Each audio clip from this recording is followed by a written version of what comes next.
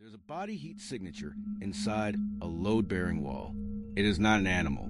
It has not left that space in over 30 years. The search team had no idea what they were looking at. Here's what actually happened. 3 buildings, 3 separate discoveries. In each one, investigators found evidence that they were not alone. What they found next raised a question none of them could fully answer. Stay with me. The door was unlocked when the county assessor arrived on a Tuesday morning in October. That was unusual. What was more unusual, the house smelled like fresh coffee. Elias Moorfield had been dead for 11 years. The assessor's name was Carol Hines. She was there to catalog the property for estate sale. She had done this kind of work for 20 years. She had never walked into a dead man's house and smelled breakfast. Elias Moorfield spent the last 40 years of his life in that valley. He had no children, no living relatives anyone could find. He died penniless, which seemed impossible because the house he lived in was worth considerable money. Elaborate carved stone archways, inlaid tile floors, 6 bedrooms, each with hand-painted ceilings. He called it a cultural restoration project. His friends called it an obsession. He died in a regional hospital in 2008, alone of kidney failure. His house, and what was in it, was supposed to die with him. Think about that for a second. 11 years, no caretaker on record, no utility payments traceable to any living person. The lights were on, the pipes had not burst, and someone or something had been polishing those handles every single morning. She called the county office, told them what she was seeing. They told her to document it and leave. She documented it. She did not leave, because down the left corridor, she had noticed something. There's a moment in every one of these cases, and I've gone through the files carefully, where one person sees one small detail that doesn't fit. A line of shadow, a sound that stops a beat too late, a smell that has no source. Carol Hines found hers. She pressed the panel. I'll tell you what was behind it in a moment. She had found a maintenance corridor, but it was not maintenance equipment inside it. Elias Moorfield had spent the last 15 years of his life building something inside the walls of his house. A maintenance system, entirely analog. No computer, no circuit boards, mechanical timers, counterweights, spring tension. It ran on the same principle as a mechanical clock, wound every few months or by passive power from the building's original water wheel, which still turned in the stream behind the property. The arms moved along tracks through hidden gaps in the paneling. Every morning at 4 a.m., the brass handles. Every third day, the floors. Every week, fresh food from a seal-cold pantry, connected to a cistern that drew from the same stream. He built a machine to keep his home alive after he died. He spent 40 years doing it, and it had been running silently in the dark for 11 years. The system had documented every person who had entered the house since Elias died. That photograph was not the only one. There were over 200, the same face in many of them. Someone had been coming to the house regularly, not to clean, not to repair, to check on the machine, and they were not on any county record. They never identified who that person was. The county investigator said it looked like a student, someone who had learned about the machine, sought it out, was studying it. That person had a key to the hidden panel. They had never broken anything, never taken anything. They had only watched. No forced entry. Ever. No record of key being made. The lock, original, 1960s, one of a kind. Someone had a copy. Elias had given it to someone, and that person had been watching the machine run for 11 years. In silence, alone, without telling anyone. The new owners say the brass handles in the left corridor are always cold, even in summer. Even when the heating is on, they find it charming. They never asked why there are still faint track marks on the ceiling.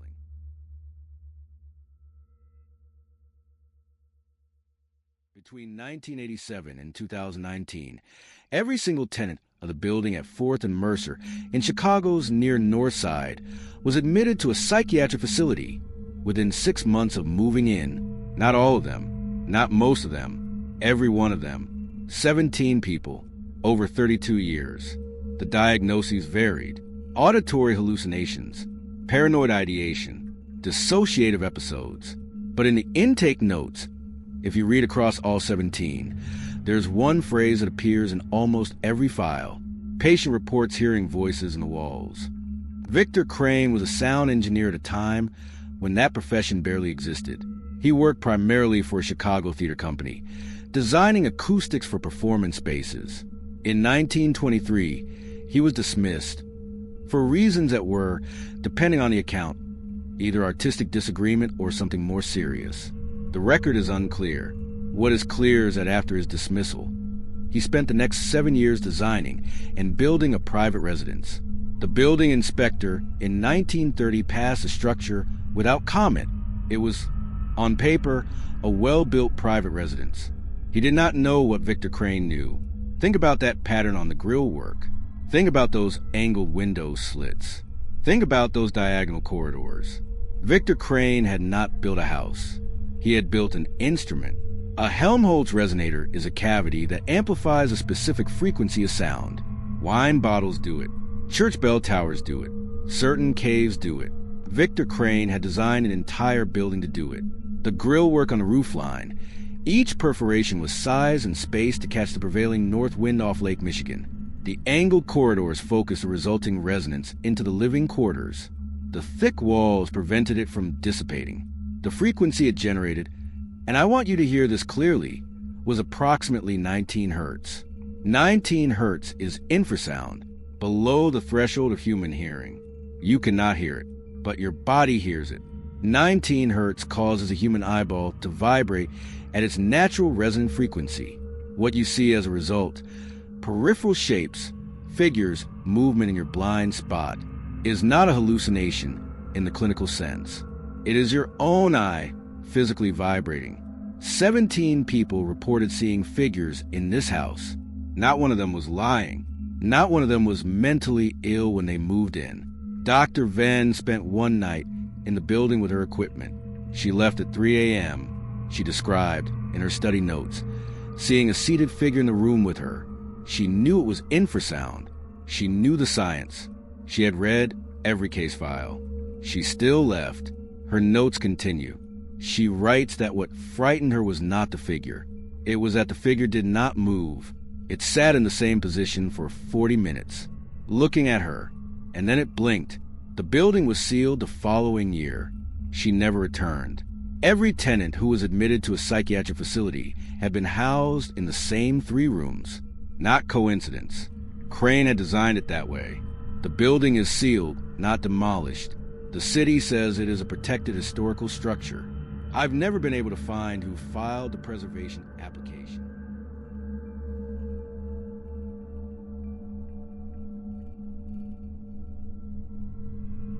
The search team had been looking for a missing hiker. They were in a state forest in rural Maryland. Their thermal equipment swept the area and returned what they assumed was an animal signature from inside a stone structure deep in the trees. They did not find a hiker. What they found inside that wall had been there for 31 years. Raymond Ashworth made his fortune in shipping logistics. By the early 1990s, he had more money than most small nations and the kind of appetite that money creates for things that can't be bought normally. In 1993, he purchased an 18th century Haveli, a traditional mansion, from a village in Rajasthan, India. He did not purchase the land. He purchased the building itself. He hired a team of specialists to dismantle it, number each stone, and ship it to the United States. 8,000 miles, 412 shipping crates, 19 months of reconstruction. By 1994, it was complete. The Haveli stood in a clearing that Ashworth had purchased along with 1,400 surrounding acres. No public road access. No neighbors within 6 miles. He lived in it alone for 3 years before dying quietly in his sleep in 1997 of a heart attack. The estate passed to a foundation. The foundation did very little with it. The forest slowly reclaimed the clearing. And for 20 years, the building sat in the trees, and no one looked very carefully at the hollowed-out spaces inside the pillars. The original masonry team from Rajasthan, the craftsmen hired to reassemble the Haveli in Maryland. They numbered 34 people. 33 of them returned home after the project was completed. One did not. His name does not appear in any American immigration record.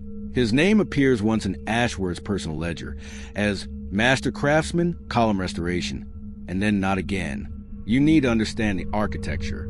Rajasthani Haveli pillars are not solid. They are layered stone casings around a hollow core. Sometimes the core is 12 inches across, sometimes wider, connected by crawl spaces between the foundation stones. Original builders used these spaces for grain, for valuables, for quiet passage between rooms during times of conflict. Think about what that means in a building that had been sitting untouched in a Maryland forest for 30 years. Think about what you would need to survive. Water. The forest had streams. Food. Maryland forest has deer, rabbit, wild vegetation. Warmth. The hollow stone held heat better than any modern insulation. I want you to stay with me here. The search team's report, page 11. A section marked occupancy evidence. Items found in the sub-basement system. Handmade tools. Repaired clothing. A small library of books. Notebooks in 2 languages. A detailed map of the Maryland forest drawn by hand on paper made from plant fiber. The map was extraordinarily accurate. It showed every trail, every stream, every road within a 12-mile radius. It had been updated regularly over decades. The person or people who had drawn this map had been watching the forest around the Haveli for 30 years. They knew every access point. They knew every hunting season. They knew when county assessors came. They knew when the Foundation's representative made their annual visit. They had been choosing not to be found. There were 4 of them, a man in his 70s, a woman in her 60s, 2 younger adults, a man and a woman, who appeared to be in their 30s. They did not run. They did not speak to the search team. They looked at the thermal cameras. And then they looked at each other. The master craftsman who had stayed, he had not stayed alone. His wife had followed, some years later. How? And through what arrangement? This is still unclear. The 2 younger adults were their children, born in that building, in a Maryland forest, 8,000 miles from a home that no longer existed. They had nowhere else to go, so they stayed in the only thing left of where they came from. They had been maintaining the building from inside. The jasmine sent to hikers had reported over the years. They were growing in a light shaft in the interior courtyard. The shadow figures people had seen moving past windows at dusk. They were real. They had simply learned to be more careful. The Foundation has moved to have the building demolished. The legal argument is structural liability. The 4 individuals have not commented publicly. Their legal representatives say they wish to remain in the building while the case proceeds.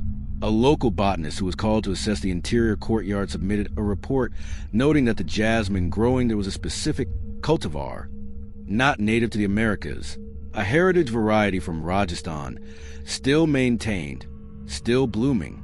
She said she had never seen anything like it growing that far from its origin. She said it was beautiful.